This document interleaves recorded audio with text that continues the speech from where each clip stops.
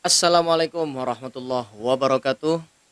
Jumpa lagi di Ruang Sudut Official bersama saya Fajar. Bersyukur kepada Allah dengan mengucapkan Alhamdulillah.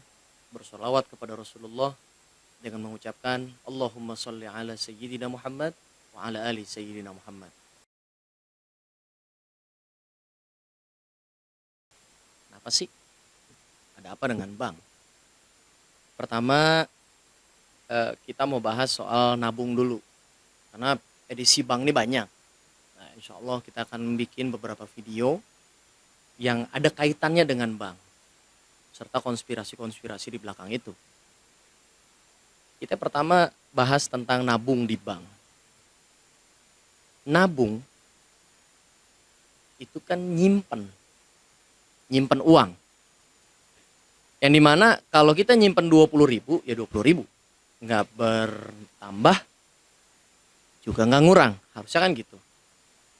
Bisa mungkin ngurang kalau diambil. Kan gitu. Kita nyimpen di celengan sesuai dengan apa yang kita taruh. Atau nyimpen di bawah kasur kayak orang dulu. Kalau nyimpen di bank bisa bertambah dengan sendirinya, bisa ngurang dengan sendirinya. Yang kita kenal dengan istilah biaya admin. Kok bisa begitu? Ya karena memang sebetulnya di bank itu bukannya nabung. Tapi investasi. Yap, investasi. Kenapa investasi? Jadi begini. Uang yang kita taruh di bank, kenapa bisa bertambah? Karena tanpa sepengetahuan kita, atau mungkin sudah ada yang tahu, uang yang kita simpan itu dipinjamkan kembali kepada pihak ketiga. Atau kepada orang lain.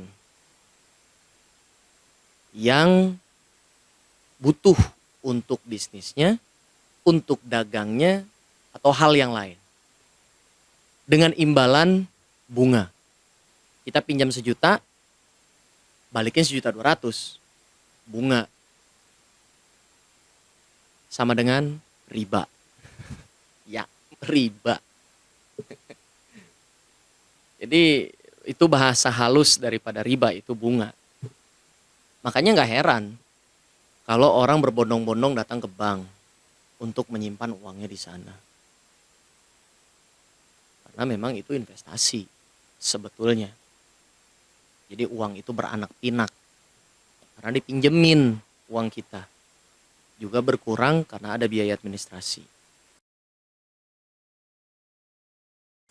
Gimana caranya bank itu menciptakan uang dari udara, dari angin? Ya gampang. Saya kasih ilustrasi sederhana. Silakan disimak. Saya akan jelaskan dalam tempo yang sesingkat-singkatnya. Gitu. Jadi gini, ribuan bahkan ada jutaan nasabah yang menyimpan uangnya di bank. Katakanlah berjumlah 500 miliar di satu bank. Ketika uang itu sudah terkumpul, datanglah si A. Mau bikin pabrik motor katakanlah. Bikin pabrik motor, produksi dan seterusnya. Setelah jadi, maka butuh distributor. Dalam hal ini dealer. Datanglah si B. Bikin dealer. Pinjam uang lagi ke bank. Mau ngapain? Bikin dealer. Jualan lah. Ternyata masyarakat kita nggak bisa beli cash. Mahal. Datanglah si C. Bikin perusahaan leasing, pembiayaan. Maka masyarakat kita baru bisa beli motor dengan cara kredit. Artinya sudah diribain berapa kali tuh? Dua kali diribain. Kita sebagai orang yang nyicil motor, kalau nggak sanggup bayar motor tuh diambil. Kan begitu. Nggak sanggup bayar diambil. Kalau mau diambil motornya berikut dendaannya. Jadi kita bayar, si leasing ini pun membayar lagi ke bank. Dan biasanya memang leasing-leasing yang ada itu di bawah bank. Biasanya ada berapa bank yang punya leasing. Adapun yang di luar bank, bekerja sama dengan bank. Jadi uang itu berputar, bermuaranya tetap ke kita. Itulah kenapa sistem kapitalis ini dikenal kejam. Jadi itulah cara bank menciptakan uang. Dagangan utamanya adalah kredit. Makanya Warkop ada filmnya tuh, Setan Kredit.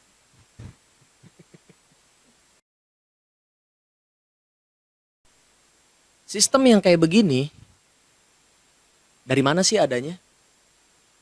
Ya ini sistem kayak gini sebetulnya dari Yahudi. Karena dalam Islam jelas nggak boleh.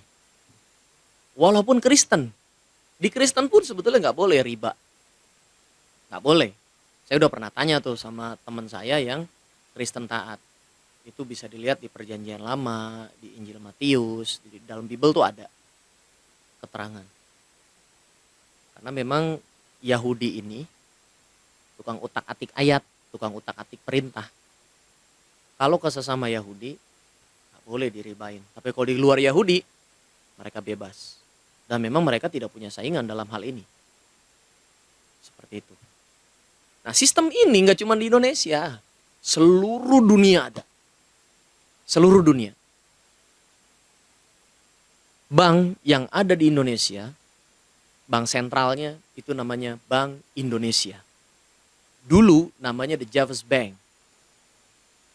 Sebelum The Javas Bank berubah menjadi Bank Indonesia, Bank Sentral Indonesia itu namanya Bank Negara Indonesia atau BNI, BNI 46, yang dibangun atau didirikan oleh Raden Mas Margono Joyo Hadikusumo. Yang kita tahu beliau kakek dari Pak Prabowo. Loh, kok bisa berubah sih? Dari BNI ke The Javas Bank yang belakangan hari namanya berubah. Nah, ini merupakan kesepakatan bawah meja di konferensi meja bundar yang memaksa para founding father kita yang pada saat itu hadir di sana perundingan KMB, daripada berlarut-larut Belanda dan lain sebagainya, diajukanlah itu. Kalau mau diakui kedaulatan, salah satu poinnya adalah perubahan bank sentral dari Bank Negara Indonesia dengan mata uangnya Uang Republik Indonesia atau ORI kepada The Javas Bank yang berubah nama menjadi Bank Indonesia supaya lebih nasionalis dengan nama uangnya rupiah. Jadi semua negara ada bank sentralnya, hanya aja ada beberapa negara gitu yang nggak punya bank sentral. Dan BI ini bukan milik pemerintah Indonesia. Bukan. Mereka swasta yang diberikan hak monopoli dalam peredaran uang. Seperti itu. Suka nggak suka, mau nggak mau begitu adanya tuh. Jadi mereka yang diberikan hak monopoli. Pusatnya di mana? Di Amerika Serikat. World Bank, Bank Dunia, dalam hal ini The Fed. The Fed ini kita tahu bukan milik negara Amerika. Ini milik segelintir keluarga Yahudi. Rothschild family, Rockefeller, dan seterusnya. Makanya kalau The Fed bikin kebijakan, itu efeknya seluruh negara kena. Pemerintah kita pun kena. Nanya dulu tuh ke BI, suku bunganya dan lain sebagainya. Jadi bank itu sistemnya memang sudah seperti itu dari dulu. Ya, dibuatnya memang seperti itu. Walaupun ada manfaatnya. Contoh, kita transfer uang dari kota ke kampung, itu jauh lebih mudah tuh. Kalau dulu kan pakai wesel, sekarang enggak. Manfaatnya banyak banget lah, kemudahan dalam berbelanja dan lain sebagainya. Tapi pada intinya, sistemnya seperti itu. Riba, dengan bahasa yang diperhalus, bunga. Bunga. Ya, karena memang jualan mereka, jualan utang. Ayo nabung di bank, dapat rumah. Ayo nabung di bank, dapat mobil. Dari mana uangnya? Itu tadi. Orang pinjam 1.200.000 dibalikin 1.200.000. Dipinjam 1 juta dibalikin 1.200.000. Yang 200.000 itu riba. Sebagian kecilnya, persentasenya itu masuk ke nasabah sebagai pemilik modal. Makanya saya bilang investasi. Selebihnya lagi yang lain masuk ke bank untuk operasional dan pemilik bank. Nah, kita lihat bank-bank di Indonesia ini luar biasa kan, punya office tower, mereka pembiayaannya gila-gilaan gitu ya. Nah, ini sudah tersistem dan memang harus nurut, kalau nggak nurut wah gawat. Terus bagaimana nih solusinya kan gitu ya? Bagaimana nih solusinya kita biar nggak terjebak di dalam hal ini? Ini sih kembali ke pribadi masing-masing ya. Ada orang yang ya kalau punya duit 1 miliar mendingan taruh di bank, bunganya aja kita ambilin ya. Lu tiap hari makan riba dah tuh. Di rumah ngokok kaki aja kayak gitu kan ya. Ya Allah, nauzubillah, kita makan riba tuh tiap hari, nauzubillah ya. Nah, bagaimana caranya? Pasti teman-teman gajian lewat bank. Saya pun sama, gajian lewat bank, tapi saya gajiannya lewat bank syariah. Nah, apa bedanya bank syariah dengan bank konvensional? Bedanya adalah di akad. Di akad. Nah, bank syariah yang ada di Indonesia ini itu diawasi oleh DSN, Dewan Syariah Nasional. Itu isinya para pakar. Para pakar isinya. Profesor Syafi Antonio, ya, wapres kita sekarang Pak Kiai Haji Ma'ruf Amin itu bagian dari DSN dan para ahli-ahli yang lain di situ. Yang bagaimana caranya bank syariah ini tidak seperti bank konvensional. Maka dibuatlah sedemikian rupa.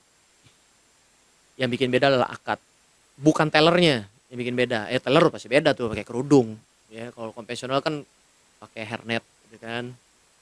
Kalau bank syariah pakai kerudung kan gitu. Tapi cantiknya sama-sama cantik. Kalau buka pintu, selamat pagi. Gitu ya. Ininya apa? Security-nya. Kalau di bank syariah, assalamualaikum, gitu. Itu jelas. Dah, tapi bukan itu yang jadi titik pembeda, adalah akadnya. Akadnya akad apa? Jadi teman-teman bisa taruh uangnya di bank syariah. Yang selama ini orang pada ngomong, alah bank syariah kecil, banknya kecil nggak gede. Itu karena kita yang nggak bikin gede. Ya sekarang ada 3 bank syariah yang fusion, fusion udah kayak Son Goku, apa? Goten sama Trunks. Ya, mereka fusion, gabung, merger menjadi Bank Syariah Indonesia atau BSI. Ya. Atau teman-teman bisa investasi, baik itu logam mulia, aset, dan lain sebagainya. Loh, apa bedanya sama bank? Kan bank juga sama investasi. Ya beda. Kalau teman-teman investasi di emas, emas itu nilainya tetap. Beda dengan uang. Ya. Saya tidak katakan mata uang, tapi currency.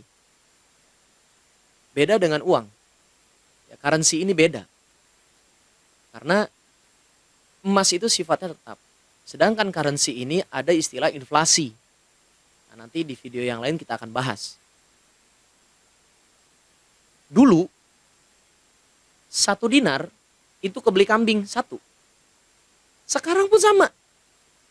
Sekarang 1 dinar itu 4,25 gram emas murni, sekitar 4.200.000 lah. Katakanlah 4 juta lah ya. Kalau dikali 4,25 gram, tetap kebeli 1 ekor kambing. Dirham pun sama, perak. 1 dirhamnya itu sekitar 70-80 ribu. Dulu 1 dirham kebeli 1 ekor ayam, sekarang pun sama. Artinya nilainya tetap. Yang berubah currency-nya. Hari ini kita beli 1 gram, tahun depan kita jual, itu nilainya akan bertambah secara currency. Karena emas itu nilainya tetap. Nah, insya Allah kita akan bahas di video yang lain tentang dinar dan dirham. Insya Allah.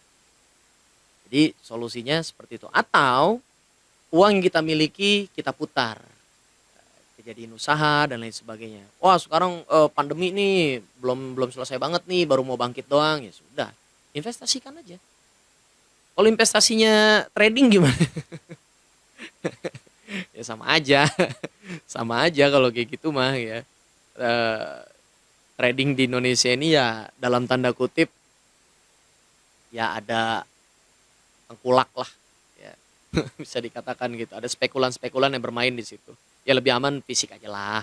Ya tinggal bawa beli ke pasar, toko liong gitu kita beli. Kita simpan di rumah atau antam sekarang ada tabung emas. Terutama yang masih muda nih. Kita bisa nabung di situ. Tapi jangan lupa kalau sudah mencapai nisabnya atau haul dihitung kalau sudah sesuai kriteria untuk zakat, kita keluarkan zakat malnya.